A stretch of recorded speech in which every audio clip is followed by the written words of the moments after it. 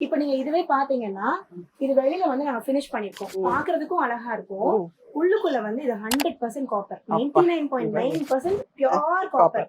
So வெளியில பாக்குறதுக்கு copper நான் எப்படி பித்தளைல சொன்ன மாதிரி இதுமே ஆக்சிடைசேஷன் ஆகும். கருத்து போயிடுது. நாங்க எப்படி மெயின்டைன் பண்றது அப்படின்றதுனாலயே இதை விட்டுட்டாங்க யூஸ் பண்றது. இவ்ளோ நல்ல நல்ல விஷயங்களை எடைக்கு போட்டு குப்பையில போட்டு காலி பண்ணிட்டாங்க.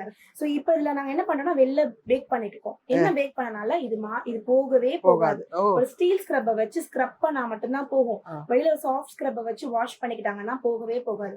உள்ள பியூர் காப்பர். தண்ணி ஸ்டோர் பண்ணி குடிச்சுக்கலாம். அழகு அப்படியே இருக்கும். மெயின்டெனன்ஸ் இப்ப இல்லவே இல்ல. பொதுவா இந்த காப்பர்ல வந்து பாத்தீங்கன்னா நம்ம தண்ணி நைட்டு வச்சு குடிக்கணும் அப்படின்னா நம்மளுடைய இன்டெஸ்டைனை ஃபுல்லா கிளீன் பண்றதுக்கு இந்த தண்ணி ரொம்பவே ஹெல்ப் பண்ணும்.